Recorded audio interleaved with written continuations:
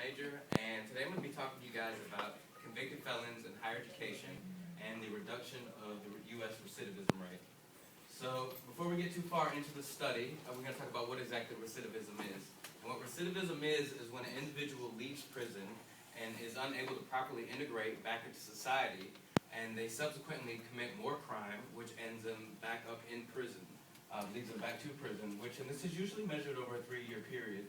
This actually happened so much that they've deemed it the revolving door, the process of getting out of prison, committing crime, and then going back into prison. So, we may be asking ourselves as academics or even just as citizens of the United States, well, what does recidivism even have to do with us?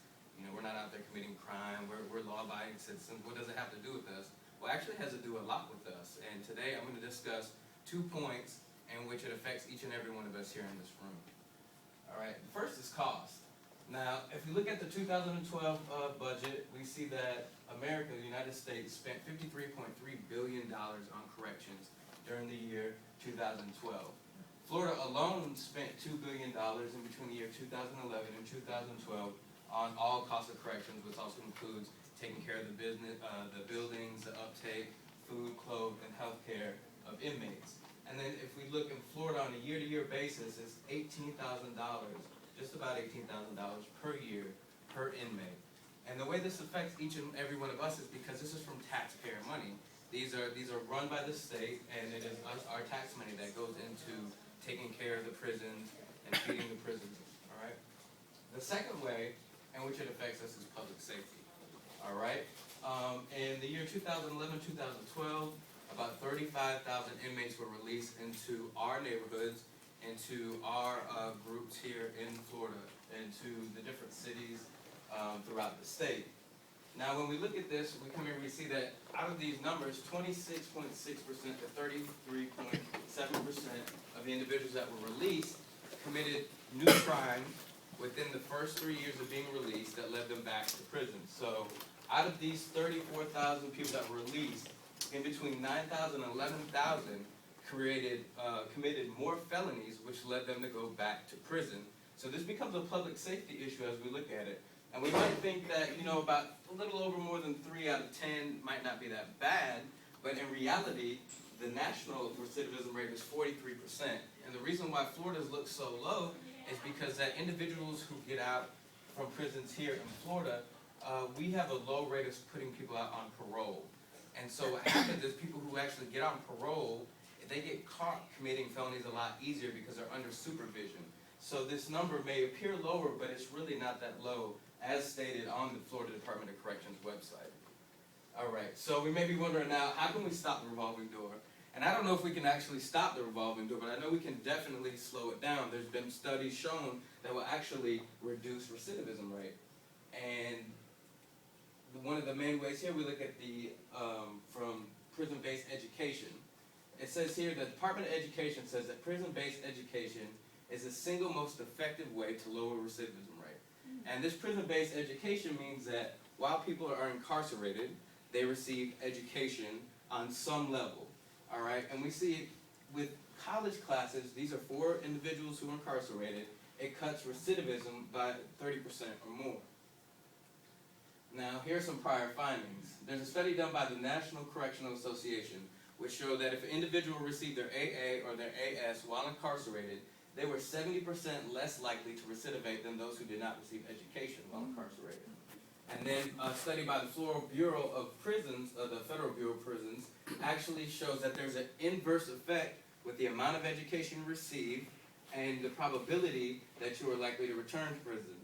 And we see here the associates, they had a 13.7% recidivism rate, the people in this study. With the bachelors, they had a 5.6% recidivism rate. And then for the individuals who actually obtained their masters while incarcerated, for this study had a 0% chance of going back to prison. Not 0% chance, 0% of them went back to prison after receiving their masters. All right, and then there's a side note because we see throughout the literature that there's arguments made, and generally about just the public, about a way of like, why should we pay for inmates' educations? And it goes to show that every dollar that was spent on these individuals' education while they were incarcerated resulted in $2 back to the taxpayers for not having to house these individuals. So I think a better question is not how can we afford to pay, or why should we afford to pay for these prisoners' education, but can we really afford not to? All right, so my hypothesis, after looking over the seeing that correctional education reduces recidivism, I began to say, okay, if education reduces recidivism, are institutions such as UF and Santa Fe College, are they actually helping reduce recidivism as well? And so I began to look into the data, and I did a content analysis over several fields. I looked into criminology, I looked into education, I looked into corrections-based education, and I looked into sociology. And come to find out, there was one published research paper and one conference paper that had anything to do with education for inmates once they were released from prison. Everybody's looking into prisoners and their education while they're in. Everybody's definitely looking at the numbers of how many are going back, but nobody's looking at how is education affecting these felons once they're released? Or is it even affecting them? Because, maybe it's not. But there's no data to begin with. There's no numbers, there's no collection where anyone at this point in time can really look into this. And we know that there are other programs and things that have been put into place, especially in other states, that are trying to help people reintegrate back into the population through community colleges. There's partnerships going on, but there are definitely none in Florida at this point in time. So what I propose to do is 3 phases for my methods. It'll be a mixed methods way of looking at all this stuff. The first thing I went through was the content analysis, in which I went over these articles, these scholarly articles, really looking into what's being done. What information is out there, and like I said, I came up with just about nil. I came up with the 2 conference papers, or the 1 conference paper and the 1 published article. So what I propose to do in my next step is to actually petition Florida colleges and universities for this data, for the application rates, for the acceptance rates, for the withdrawal rates, and even the GPAs of felons in higher education. Now, all schools may not have this data, but UF and Santa Fe both have what's called a non-disclosure clause on their applications. So there is a part on the applications that you check if you've been a felon. So most of this other data is stored, so it's reasonable to assume that this data is also being stored in the website, whether people want to talk about it or not. And then phase 3, which would be a qualitative phase, I want to do interviews. I want to start off through selective sampling, where we talk to individuals who are felons in higher education and see if education has actually affected them and them recidivating, if it's been positive or negative. My hypothesis is that it's probably been positive in their lives, based on prior research, just with education in general. And then I also plan to get other participants through referrals. We then plan to code the interviews to see if there's any themes that come out with education and cutting down on recidivism and what. All right, and so finally the implications. Well, if my hypothesis is correct, we're looking at even further reduction of recidivism. Whether it be somebody who gets out of institution who hasn't had education before and comes to college and gets education for the first time, we're looking at less crime, which also moves into improved public safety, because we're shown that education cuts down on people committing crimes, so we're therefore making the streets or the neighborhood safer. And then we're, again, by the example I showed earlier, we're looking at a reduction in cost for having to house these individuals. And finally, we're just looking at everybody benefits from more people being educated. And I just feel, as coming from this institution of higher education, and also ones like Santa Fe where we promote education, that this is just, that actually these institutions could be at the forefront and really cutting down on some of these issues. All right, and then finally I have my acknowledgments. I thank the University of Florida, Ronald E. McNair program, my advisor, Dr. Torres, Dr. Samisha Barnes, Ms. Rhonda Vincent, Jessica Carpenter, Dr. Brown, and my cohort, friends and family. Thank you.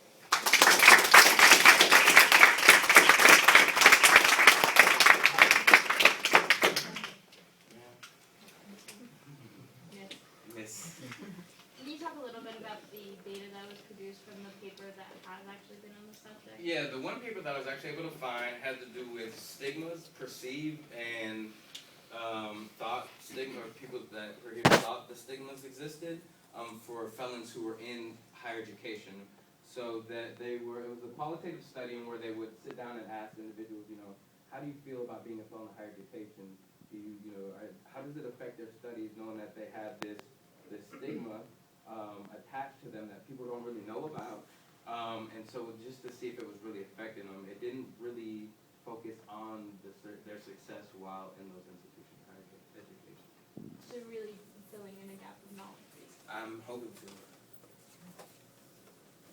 Okay, so you had a slide with some percentages on it. Mm-hmm. Do you know the group of people, like the number of people that those percentages belong to? This right here. Yeah. This was done over 3 states. And when you say group of individuals, what do you mean? Like the number of participants? It was, I believe it was over 3,000 Okay. and over 3 states. But it is cited though, and I can get you that information. Okay, thank you. What do you mean by coding in your method section? What I mean by coding is just going over and see what themes continue to come out, and to put those and to make those themes like really stand out, and then to see if there's just reoccurrence. So the code just means to find the ones that keep coming up, and those become their own thing, become their own category at that point. I think it's going to be difficult to petition the universities to get this information. I think that some places will be, yes, but I know there are places such as Miami-Dade College who is already willing to do things like this, and maybe there will be some people who are going to come to the forefront as showing that they want to help cut down on things like crime and national recidivism. But I think that because of the stigma attached to felons, there are going to be some schools that are reluctant to give up that information. Do you plan on also analyzing kind of percentages of the convicted, I guess, people, their siblings and their family, what their education level is, also to see if that kind of impacts their... Not for this study. I can tell you though on a side note that the average education level of somebody in prisons is 6th grade. Okay. So if that's any indicator of the family's education, which I'm going to make an assumption that it kind of is, but I'm not gonna look into that. Not for this study. For your themes, are you looking to see if if these felons are going into certain fields of work? Is that kind of theme? No, I mean for themes, what is it about education that is really cutting down on recidivism? I have a feeling that with the education, like coming into an institution like this, they're getting much more than education. They're becoming more social. They have these things that are happening along with obtaining that education. So those may come up. Relationships. Right. Correct.